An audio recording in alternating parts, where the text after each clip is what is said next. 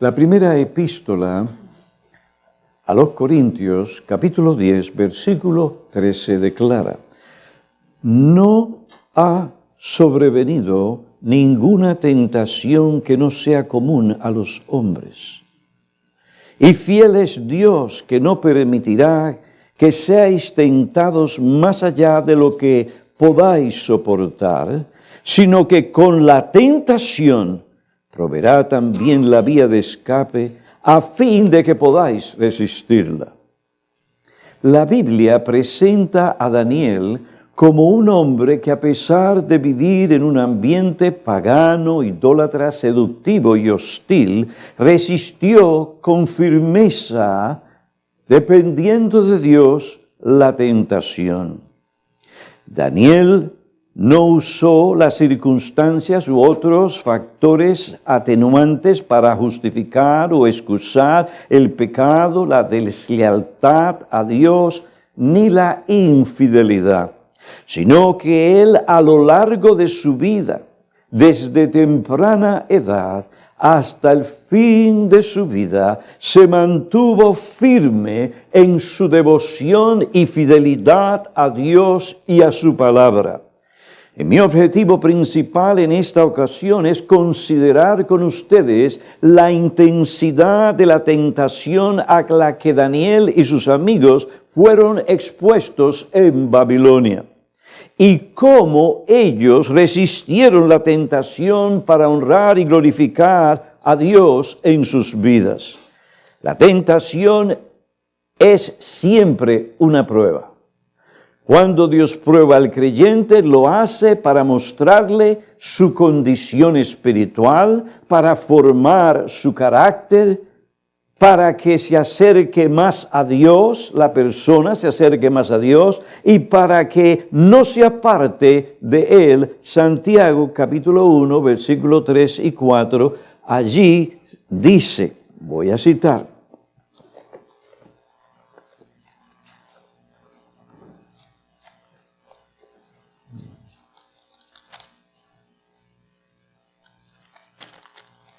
en el capítulo 1, sabiendo que la prueba de vuestra fe produce ¿qué? Produce algo, paciencia. Y que la paciencia tenga su perfecto resultado, para que seáis perfectos y completos, sin que os falte nada. Dios usa también la prueba para manifestar su poder y cumplir sus propósitos eternos. Por otra parte, Dios nunca prueba al creyente para animarlo o para seducirlo al pecado, a hacer lo malo. Santiago capítulo 1, versículo 13 y 14, que nadie diga cuando es tentado, soy tentado por Dios, porque Dios no puede ser tentado por el mal, y Él mismo no tienta a nadie, sino que cada uno es tentado cuando es llevado y seducido por su propia pasión o concupiscencia. En cambio, Satanás tienta para seducir al creyente a pecar contra Dios, para que el creyente se aleje de Dios, y aún más, para hacerle daño al creyente y para hacer mal al Evangelio. Por estas razones, el creyente debe tomar en serio la advertencia que el Señor Jesucristo dio a sus discípulos cuando les dijo: velad y orad para que no caigáis en tentación. El Señor Jesucristo manda al creyente a resistir la tentación y al tentador, para que pueda glorificar a Dios y pueda gozar de la bendición del Altísimo en esta tierra llena de tentaciones. La Biblia dice: no seáis vencidos por el mal, sino vence con el bien el mal. Sed de espíritu sobrio, estar alerta. Vuestro adversario, el diablo, anda al acecho como león rugiente, buscando a quien devorar. Pero resistirle. El Señor no empieza con pañitos y a desovar y ay, pobrecito, yo te entiendo. Tú sabes la circunstancia, la presión y todo eso. No. pero resistidle, firmes en la fe. Primera de Pedro 5, 8, versículo 9. Ahora, para animarnos en nuestra vida, en nuestra lucha contra la tentación y Satanás, el tentador, Dios nos da el ejemplo de su siervo Daniel y sus amigos. Él y ellos son un ejemplo bueno y piadoso de cómo un creyente tiene que resistir la tentación y cómo debe permanecer firme en su fe y lealtad al Señor Jesucristo, no importa las circunstancias y no importa si se queda solo. Por tanto, tenemos que ver el ejemplo de Daniel como el de un pionero atravesando por un nuevo territorio, y lo es. Daniel fue uno de esos primeros pioneros que trazó el camino que cada creyente debe transitar cuando vive en una sociedad netamente pagana, idólatra y hostil a la religión verdadera, al Evangelio. Nunca antes había estado Israel en esa situación en que se vio. Dios estaba con su pueblo, era una teocracia. Dios había acercado en una forma u otra a ese pueblo. Pero ahora, por la desobediencia de ese pueblo, irían al cautiverio, al exilio. Ahora, desde allí en adelante, nunca más, como antes, en la teocracia. Nunca antes. Ahora estarían bajo la autoridad de una forma u otra de otra nación o de otras naciones.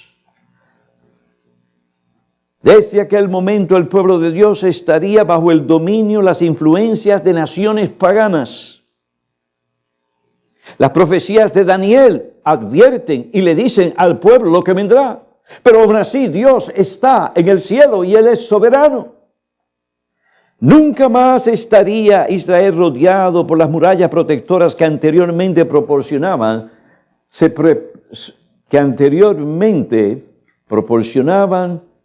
una protección en la antigua teocracia. Desde aquel tiempo en adelante el pueblo de Dios sería gobernado por naciones paganas que fundamentalmente tendrían el carácter de la Babilonia de los días de Nabucodonosor. Daniel y sus amigos fueron removidos de la estructura civil y religiosa que Dios había establecido en la tierra prometida a una sociedad cruel, idólatra y supersticiosa que se regía por creencias, principios y valores que radicalmente se oponían a la ley de Dios. El primer capítulo del libro de Daniel presenta una guerra entre Nabucodonosor, rey de Babilonia, y Joacim, rey de Judá. Capítulo 1, versículo 1 dice: en el año tercero del reinado de Joacim, rey de Judá, vino Nabucodonosor, rey de Babilonia, a Jerusalén y la sitió. Esta guerra nos lleva a pensar de una lucha espiritual entre los enemigos de Dios y de su pueblo. Babilonia y Jerusalén representan dos ciudades, dos pueblos. Babilonia representa el reino del mal, en oposición a Dios y a su pueblo, y eso se ve hasta en Apocalipsis. Jerusalén representa al pueblo de Dios. Beth Camp comenta sobre este tema: es la lucha colosal entre el reino de Dios y el reino de Satanás, la iglesia y el mundo, Cristo y el anticristo. Mientras que Juan nos habla en Apocalipsis de la batalla final y el triunfo de Cristo. Daniel describe una de muchas fases de la lucha espiritual. Lo que impresiona acerca del primer capítulo de Daniel es que los jóvenes pronto son envueltos en el conflicto. Resistirían la oposición contra el reino de Dios o se unirían a ella. Se dejarían seducir por las tentaciones de aquella sociedad pagana o serían fieles a Dios. La Biblia nos muestra que Daniel y sus amigos resistieron la tentación. Daniel fue un joven fiel, resistió al tentador y a la tentación.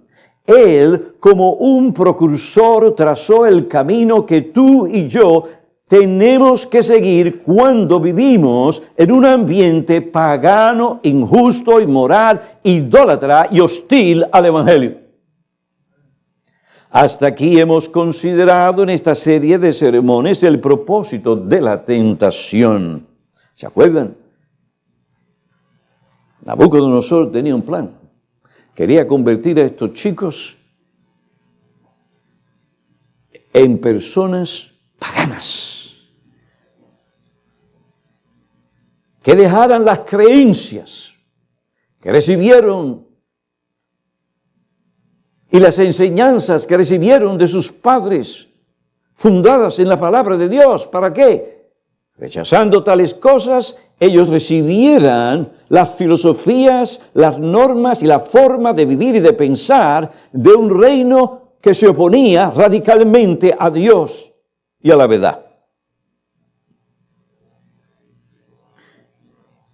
Hemos considerado el propósito de la tentación, consideramos la estrategia de la tentación, ¿se acuerdan? Este hombre usó varias estrategias. La estrategia de la separación, adoctrinamiento, confusión y situación comprometedoras para convertir a estos chicos en paganos, que fortalecieran su imperio.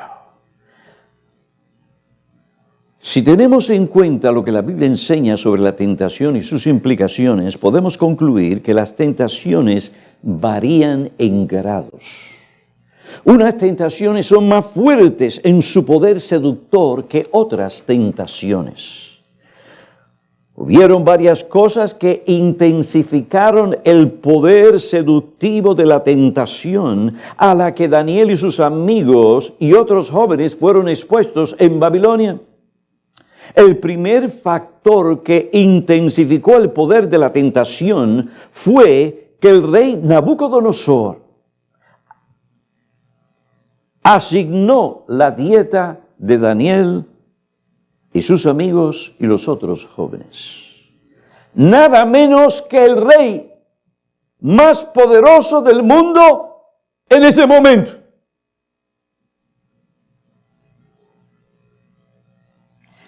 Esa dieta de ellos no fue una sugerencia ni una opción, sino un mandato del rey. Hay una gran presión a ceder a la tentación, especialmente cuando la tentación procede de una persona que tiene la autoridad o poder para hacernos daño. Por ejemplo, cuando el jefe en el trabajo nos manda hacer algo que Dios nos prohíbe en su palabra, el temor a perder el favor del jefe es un factor que intensifica la presión para que cedamos a hacer lo que nos pide, que está mal, y lo sabemos. El temor a los hombres, especialmente los que están en autoridad, es un fuerte lazo para ceder a la tentación, para violar el mandato de Dios y violar la conciencia. Y justificarlo. El segundo factor que intensificó el poder de la tentación fue el castigo severo que recibiría la persona que no obedeciera el mandato del rey. Esta persona podía sufrir un castigo corporal, ser encarcelado, perder su vida. Aspenaz, jefe de los oficiales del rey de Nabucodonosor, expresa ese temor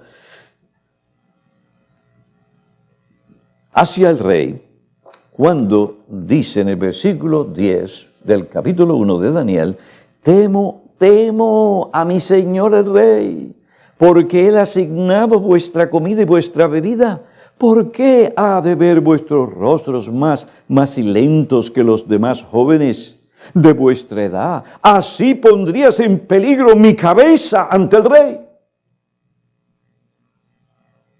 En aquellos días, la desobediencia al mandato del rey se castigaba con la muerte.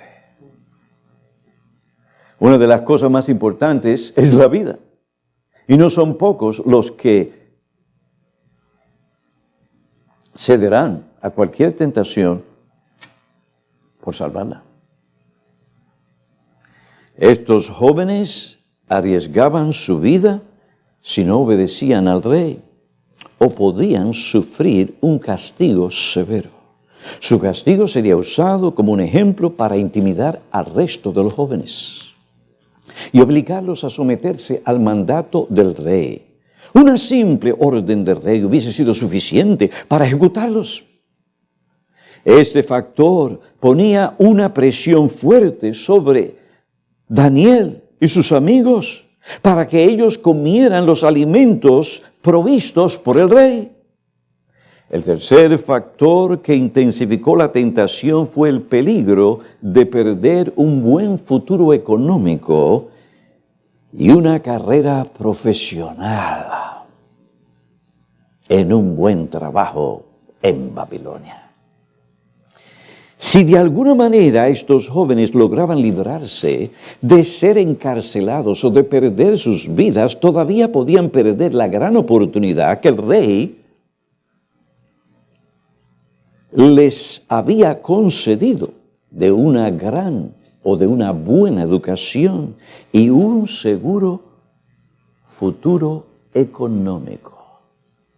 Perderían la oportunidad de servir en un lugar de influencia y las puertas se cerrarían en todo lugar al que fueran. La decisión de no comer de los manjares ni de beber del vino del rey significaba vivir en un estado de pobreza y miseria o vivir el resto de la vida como esclavos o prisioneros. Quiero que vean la situación, la presión que había sobre estos jóvenes. Espero que ustedes sientan algo de esto. Otro factor que intensificó la presión a ceder a la tentación fue la atracción fuerte que representaba la comida del rey. La comida era de la mejor calidad, sana, sabrosa, exquisita, abundante para satisfacer el buen apetito, bien nutritiva para alimentar los cuerpos robustos y bien formados de estos jóvenes. Abstenerse de aquella alimentación podría llevarles a una vida de escasez y de pobre alimentación y finalmente pobre salud física. El quinto factor que intensificó el poder para llevar a estos jóvenes a ceder a la tentación fue la separación de sus padres. Vivir lejos de una buena influencia como la de los padres, sin tener que dar cuenta, les hizo susceptible a ceder con más facilidad a la tentación. No están aquí. Es más fácil entregarse al mal, al vicio y al pecado cuando uno no tiene a su alrededor personas a las que uno ama, estima, que uno no quiere herir ni ofender. El sexto factor que intensificó la tentación fue el curso que tomaron los otros jóvenes hebreos. Cuando se dieron cuenta de las implicaciones de desobedecer al rey, lo que sufrirían y los peligros y los privilegios que perderían, decidieron comer de los manjares y beber del vino del rey. Esto se infiere de lo que el libro de Daniel declara en el capítulo 1, versículo 13 al 15. Que se compare después nuestra apariencia en tu presencia con la apariencia de los jóvenes que comen los manjares del rey. Los escuchó y los puso a prueba. Al cabo de 10 días su aspecto parecía mejor y estaban más rollizos que todos los jóvenes que habían estado comiendo los manjares del rey. Ahí está. Por implicación, el resto de los israelitas que hicieron.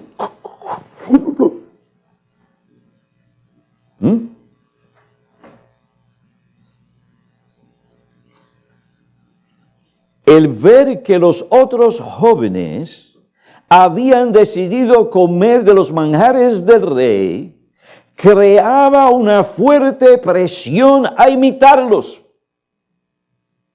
El camino más fácil para Daniel y sus amigos era seguir el ejemplo de los demás jóvenes. Sigue la corriente, es más fácil. De lo contrario, podrían haber sido marginados por esos jóvenes. La presión de los compañeros es más fuerte de lo que los jóvenes piensan o se imaginan. El temor de un joven a ser rechazado, marginado por sus compañeros, le intimida al punto de ceder a la tentación de hacer lo que sabe no debe hacer porque viola la ley de Dios. Pero ellos no quieren ser víctimas de sus compañeros, víctima de los comentarios denigrantes de sus compañeros, ni de sus bromas crueles, porque oiga, los jóvenes en las escuelas son crueles. Son crueles. Son muy pocos los jóvenes que tienen la fuerza moral y espiritual para soportar las bromas crueles o de mal gusto, para soportar la burla que otros hacen para ridiculizarlos ante los demás, para obligarlos a adoptar el estilo de vida del resto de los compañeros en la escuela, donde sea. Son pocos los jóvenes que tienen la valentía espiritual para resistir el rechazo de otros por causa de la justicia. Daniel y sus amigos conocieron en su propia experiencia lo que significaba la presión fuerte que ponen los otros jóvenes para que los demás se conformen a las normas o reglas de ellos. Pero la presión o intimidación de otros jóvenes no sería la norma que gobernaría las decisiones y el comportamiento de Daniel y sus amigos. Ellos, como Pablo, tenían claro: me esfuerzo por mantener una buena conciencia, libre de ofensa delante de Dios y de los hombres.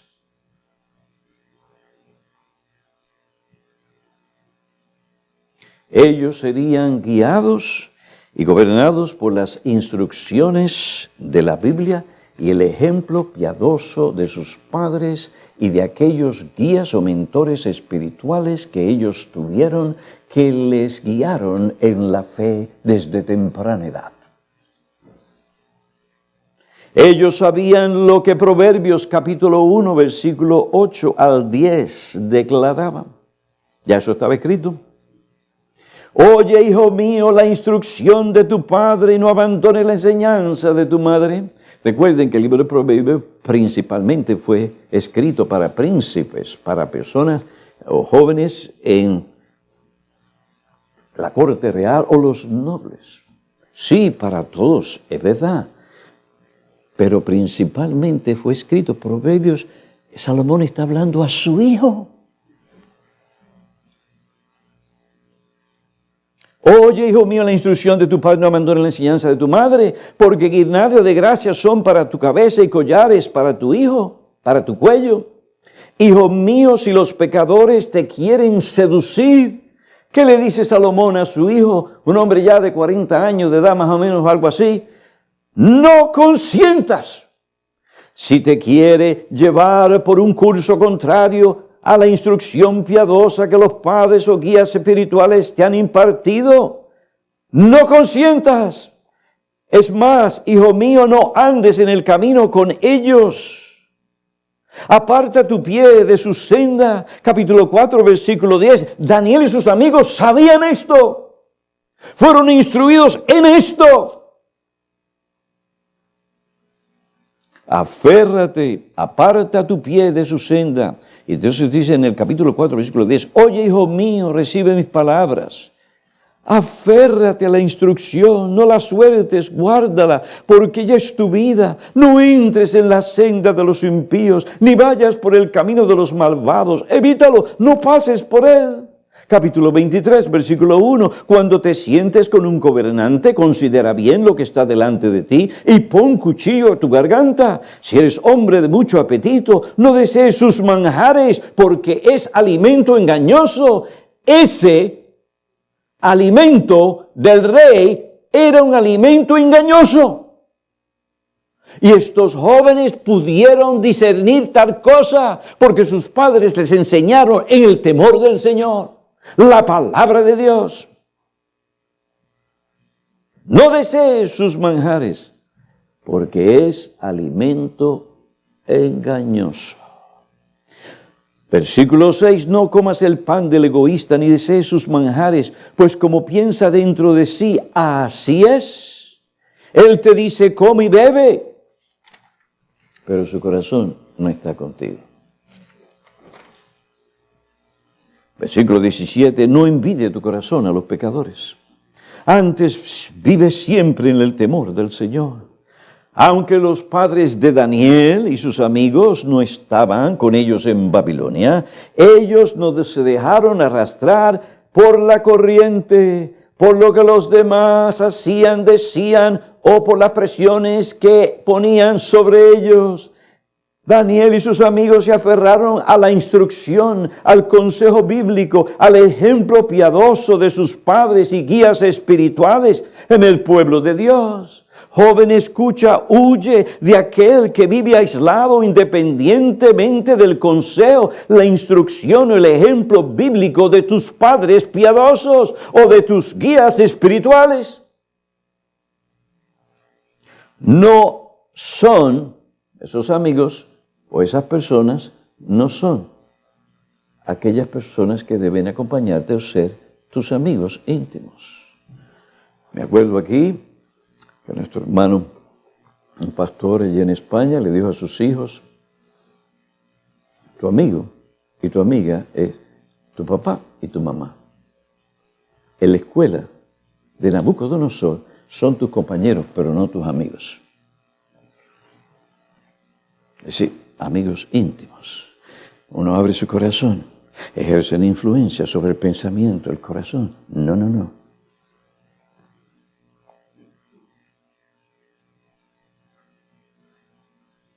El que vive aislado tiene un problema. Su propio deseo busca, dice Proverbios.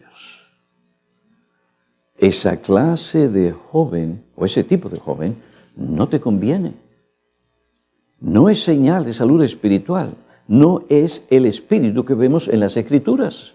Hebreos 13, versículos 7 y 17. Acordaos de vuestros guías que os hablaron la palabra de Dios considerando el resultado de su fe. Imitad su fe. Ellos no están aquí. Tal vez algunos de estos guías o pastores habían perecido, pero que tenían la enseñanza bíblica, el ejemplo de la aplicación de esa verdad a sus propias vidas. Y se les dice, imitad ¿qué? Su fe. Versículo 17, obedecer a vuestros pastores y sujetaos a ellos, porque ellos velan por vuestras almas, como quienes han de dar cuenta. Permitid que lo hagan con alegría y no quejándose, porque eso no sería provechoso para vosotros. Jóvenes, en la vida hay que aprender a escoger las amistades y aquellos que van a estar muy cerca de nosotros, que van a tener una influencia sobre nuestra manera de pensar. Especialmente busquen amigos que realmente, primero, teman a Dios si los pueden encontrar, pero que sepan guardar, sean discretos. Escojan amistades como Daniel. Él escogió jóvenes amigos que iban a hacer una influencia positiva, muy espiritual, tenían discernimiento espiritual. Él escogió amistades que temían a Dios. Ellos se animaron unos a otros a seguir el consejo, la instrucción bíblica, a orar unos por otros. Capítulo 2. La crisis surge. Daniel llama a sus amigos. Tenemos que orar. Y allá se fueron todos a clamar a Dios. Se animaron unos a otros a las buenas obras. y aquello que es para edificación.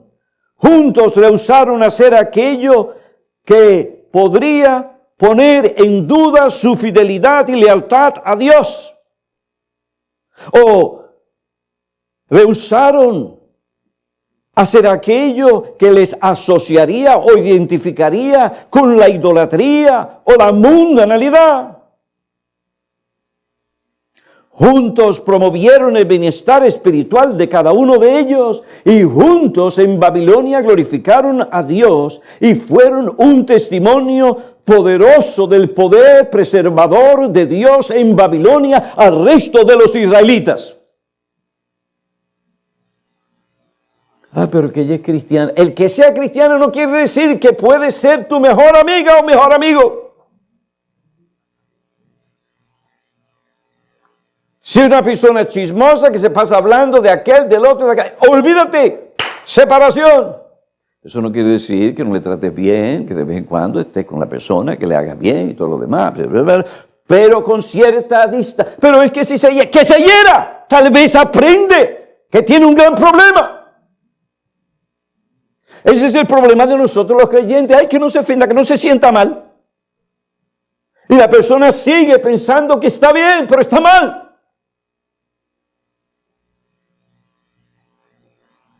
Pero no queremos que se ofenda. Ay, es que nos han hecho tantos favores. Ay, que esto, que esto. Daniel y sus amigos no estaban en eso.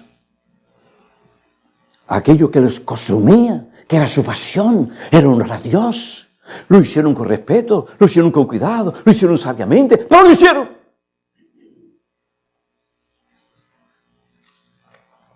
Y Dios honró a aquellos jóvenes. ¿Y cómo?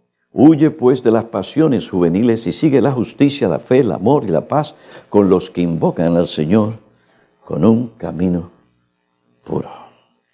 Segunda epístola a Timoteo capítulo 2, versículo 22.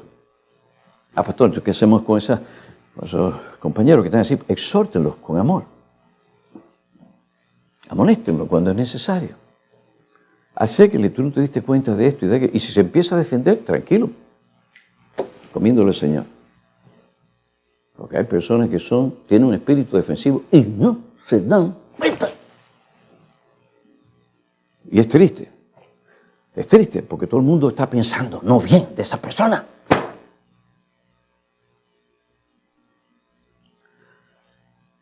Cuando vayas a escoger amigos íntimos que estén cerca de ti, que serán una influencia en tu vida, pide la guía del Señor para seleccionarlos. Toma en cuenta lo que enseña su palabra sobre este tema. Escoge amigos que con sus palabras sabias y ejemplo piadoso te llevarán a ser como el Señor Jesucristo. No son perfectos, ninguno de nosotros somos perfectos, pero cuando hay que pedir perdón, hay que pedir perdón. Hay que cambiar.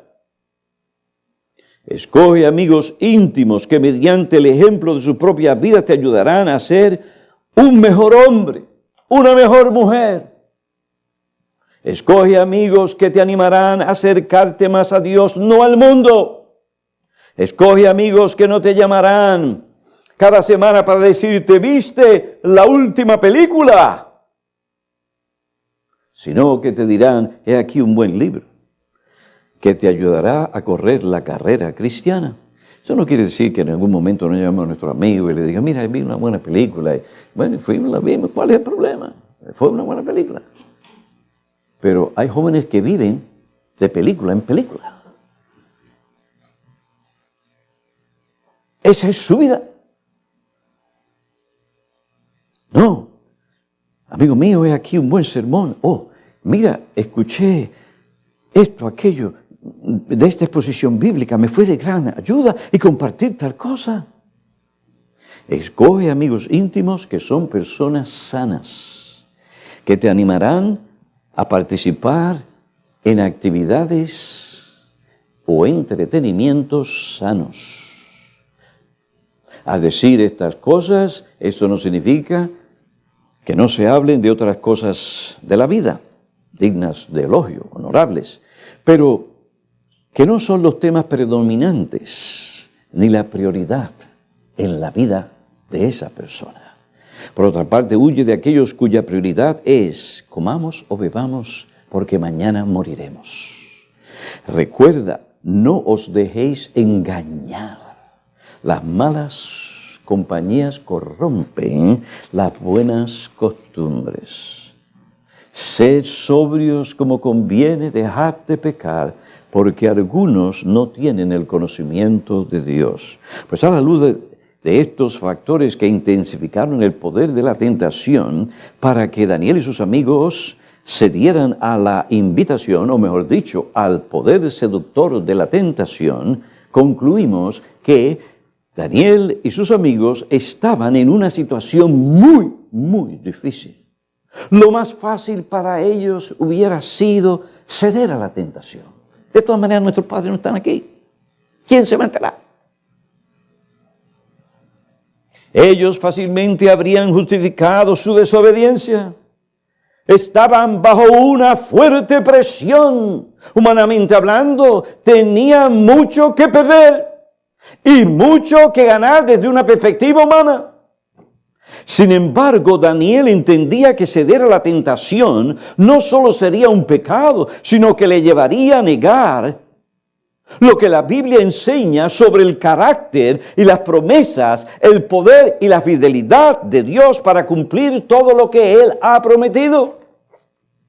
Primera a los Corintios 10, versículo 13, con el cual empezamos. No os ha sobrevenido ninguna tentación o prueba que no sea común a los hombres, y fiel es Dios que no permitirá que seáis tentados más allá de lo que podéis soportar, sino que con la tentación proveerá también la vía de escape a fin de que podáis resistirla. Presentar excusas o justificar un curso de desobediencia o pecado porque estaban en una situación y circunstancias difíciles. Era decir, que Dios realmente no había provisto o no proveería una vía de escape. Y que no tenía poder para sostener y cuidar a aquellos jóvenes. Esto implica que Dios no es fiel, ni tiene poder para cumplir su palabra ni sus promesas. Pero Daniel y sus amigos sabían que Dios es fiel y que Él es sumamente, infinitamente poderoso para proveer una vía de escape o dar la gracia necesaria. ¿Para qué? Para poder resistir cualquier tentación.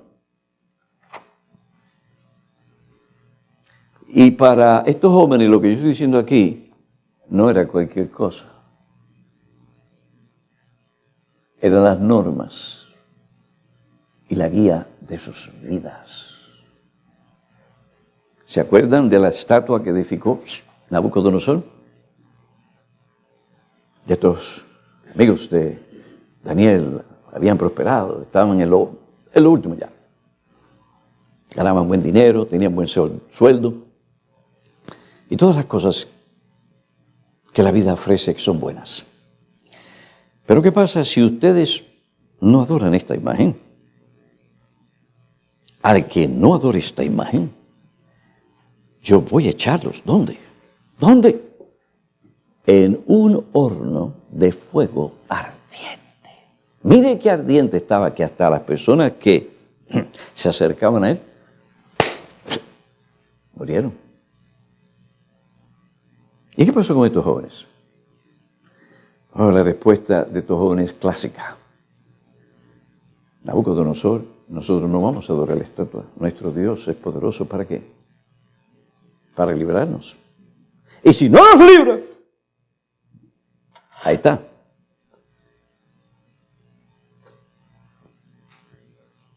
Aún así, no adoraremos la estatua. ¿Por qué? Porque ellos sabían que aún en el horno ardiente de fuego, Dios los iba a sostener. Y los sostuvo y los libró. Pero eran jóvenes que vivieron por principio y convicción. No eran jóvenes superficiales como muchos en la iglesia o en el mundo. Sabían lo que creían y por qué lo creían.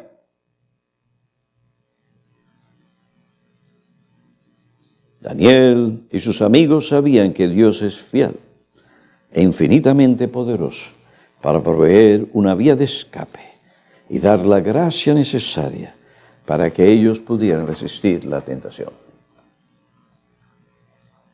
Hemos considerado el propósito de la tentación en Babilonia, las estrategias de la tentación y los factores que intensificaron la tentación. Estos jóvenes, por nada del mundo, cedieron a la tentación. ¿Qué nos enseña la conducta de estos jóvenes ante la tentación? Que no hay excusa para ceder a la tentación. No importa cuál sea la tentación, o por más intensa que sea, no hay razón ni excusa válida para ceder a la tentación. Otro ejemplo de otro joven que resistió la tentación fue que estaba en circunstancias similares. Después de Faraón, estaba él. Ahí no mandaba a nadie. El Chief of Staff, que hoy en día es una señora bastante inteligente. Para usted ir a Trump, usted tiene que pasar por ella. Oye, eso no es fácil. Ella controla tal cosa. Daniel no. José en Egipto controlaba todo Egipto.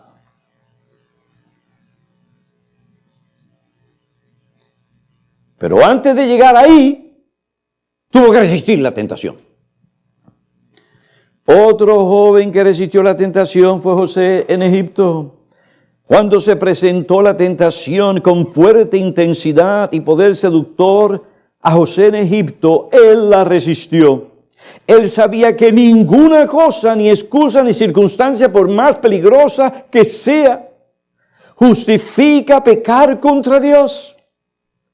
Génesis 39, versículos 7 al 9. Sucedió después de estas cosas que la mujer de su amo miró a José con deseo.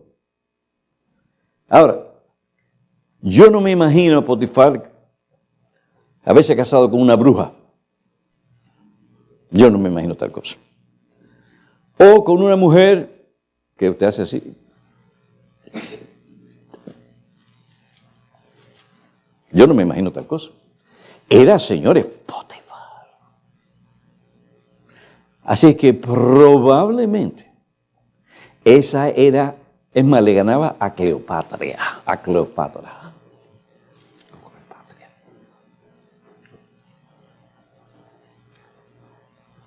Tal vez hasta Elizabeth Taylor se quedaba corta ante la mujer de Potifar. Esta mujer era una mujer en todo sentido de la palabra.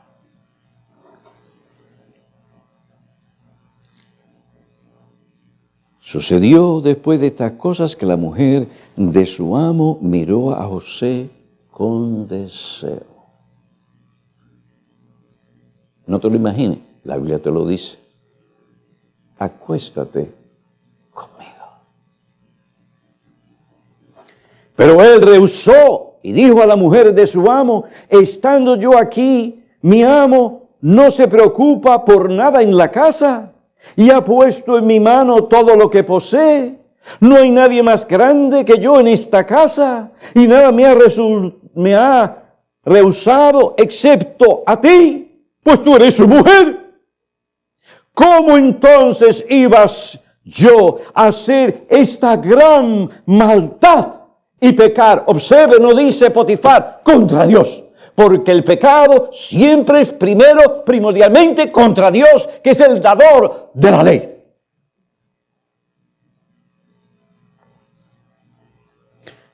¿Cómo entonces iba yo a hacer esta gran maldad y pecar contra Dios? Observen la reacción de José ante el poder seductivo de la tentación. Yo estoy seguro que esta mujer no se presentó apestosa, mal vestida. No, me imagino que con lo mejor que tenía para seducir, los perfumes mejores de Egipto. No hay nadie más grande que yo en esta casa. Nada me ha rehusado excepto a ti. Tú eres mujer. ¿Cómo voy a hacer esta maldad y pecar contra Dios? Potifar no estaba ahí. La mujer sabía quién y quién no iba a estar ahí. Se había olvidado de lo que da. José no se olvidó. Dios está aquí. Observen la reacción de José ante el poder seductivo de la tentación. Un hombre robusto, fuerte en todo sentido de la palabra. Él inmediatamente rechazó la tentación, rechazó la invitación que esta mujer le hizo. Su resistencia se fortaleció por 3 poderosos argumentos. ¿Cómo podía él hacer este mal, cometer adulterio, hacer este mal contra un hombre como Potifar, que solamente le había hecho bien y le había dado tanta confianza?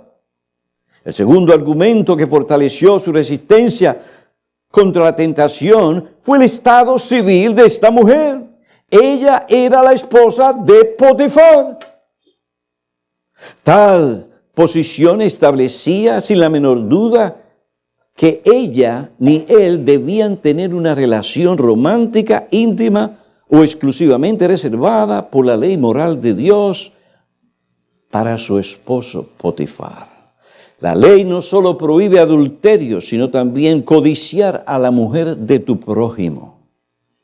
Y la codicia es desear algo ilegítimo o prohibido por Dios. El adulterio es el fruto de la codicia.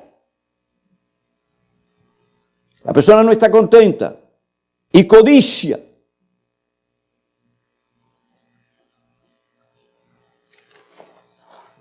Cuidado, porque algunas chicas no tienen esposos, pero tienen padres. Cuidado con vuestros pensamientos hacia cualquier mujer. Tiene padre.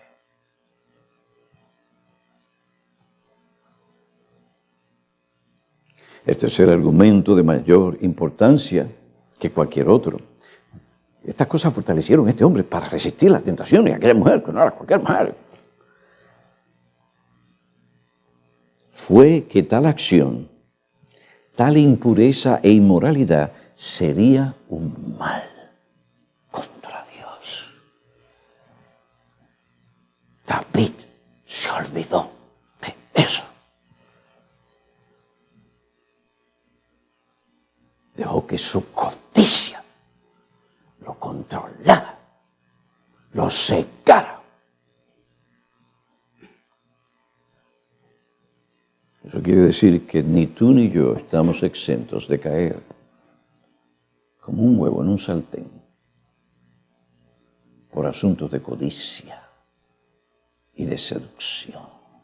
Es más, mientras más viejo uno se pone, más tiene que cuidarse.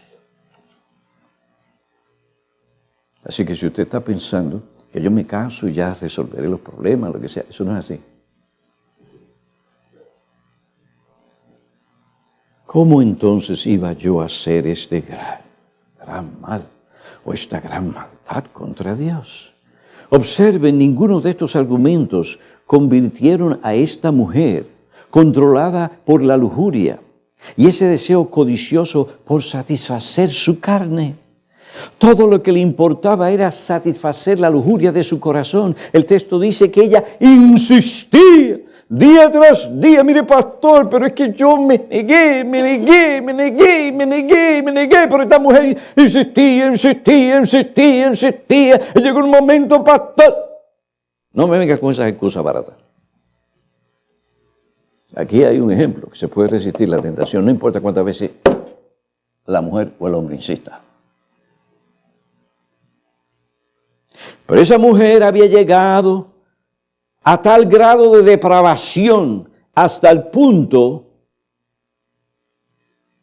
de perder el respeto por sí misma. Aunque la tentación era muy intensa, José continuó resistiéndola. No se dio. No se dio a la propuesta seductora. No importaba cuántas veces se hizo la propuesta. Observen, José fue precavido, evitó estar donde ella estaba. Y cuando no fue suficiente porque esta mujer lo tomó desprevenido, huyó de ella sin importarle las consecuencias. La resistencia y el rechazo constante de parte de José finalmente creó en ella odio y un espíritu vengativo hacia José, que le llevaron a acusarlo falsamente. A pesar de que este es un pecado que acecha a los jóvenes y que ponía en riesgo todo lo que él había obtenido, aún así José resistió la tentación. Su resistencia le costó mucho, le costó todo. Se le acusó injustamente, fue avergonzado públicamente, perdió su posición y privilegios. Aún así estuvo 2 años preso en una prisión horrible. Sufrió gran dolor porque se le acusó de un delito que él no había cometido y que él mismo rehusó cometer. Jóvenes, el hecho de que ustedes obedezcan a Dios no significa que todo le va a ir bien. A veces se pierde todo, hasta el nombre y la buena reputación. Y usted pasa por medio de diferentes personas y usted las oye o las ve sonriéndose. Ya ustedes saben, el chisme llegó a las personas.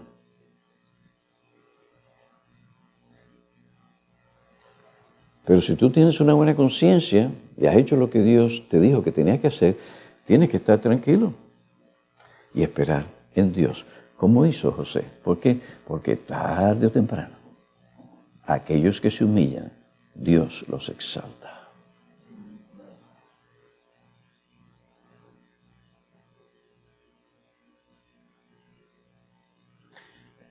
Él se dijo a sí mismo, estoy dispuesto a perderlo todo por mantener una buena conciencia delante de Dios y de los hombres.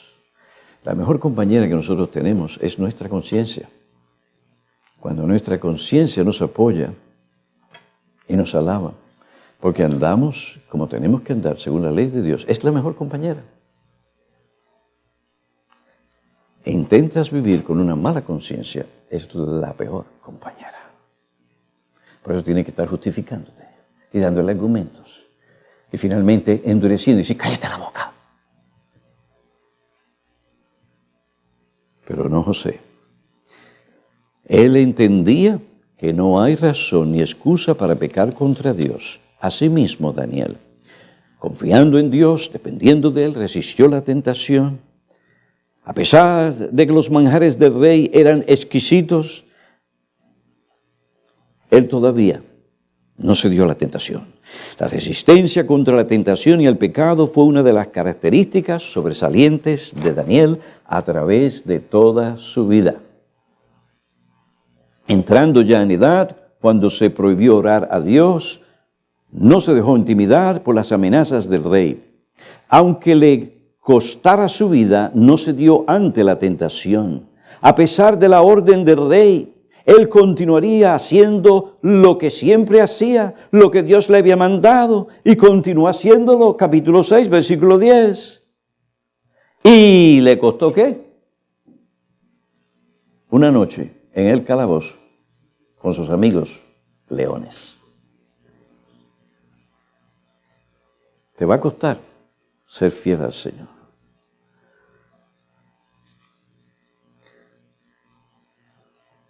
José como Daniel entendían que ellos no solamente habían sido llamados a creer en Dios, sino también a sufrir por Él. Termino leyendo este pasaje.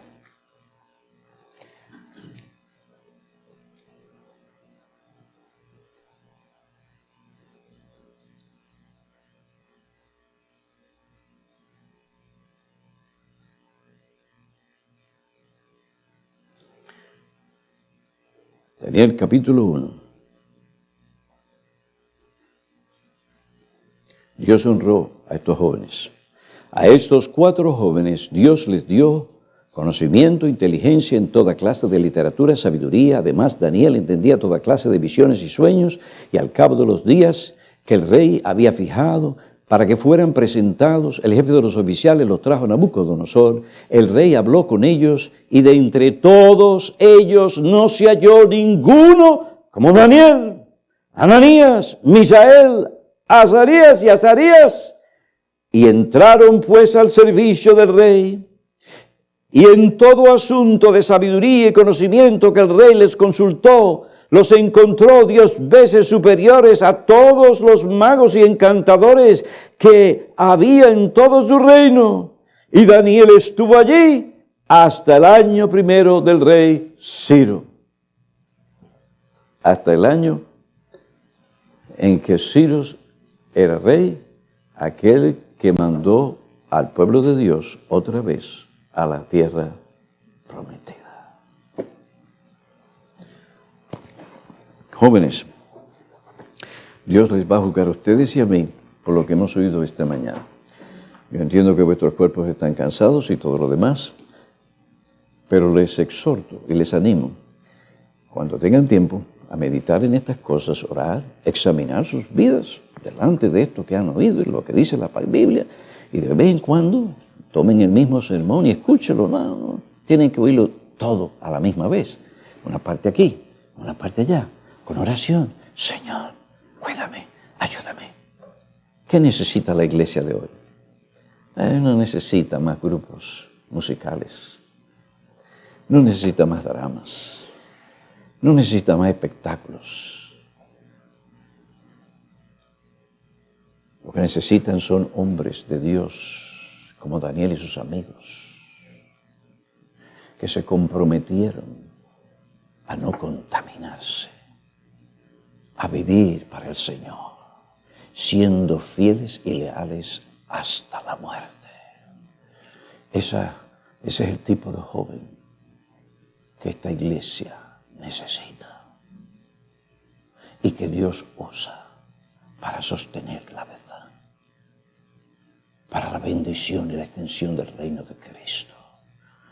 Oh, que Dios te conceda a ti, jovencita, como jovencito, esa gracia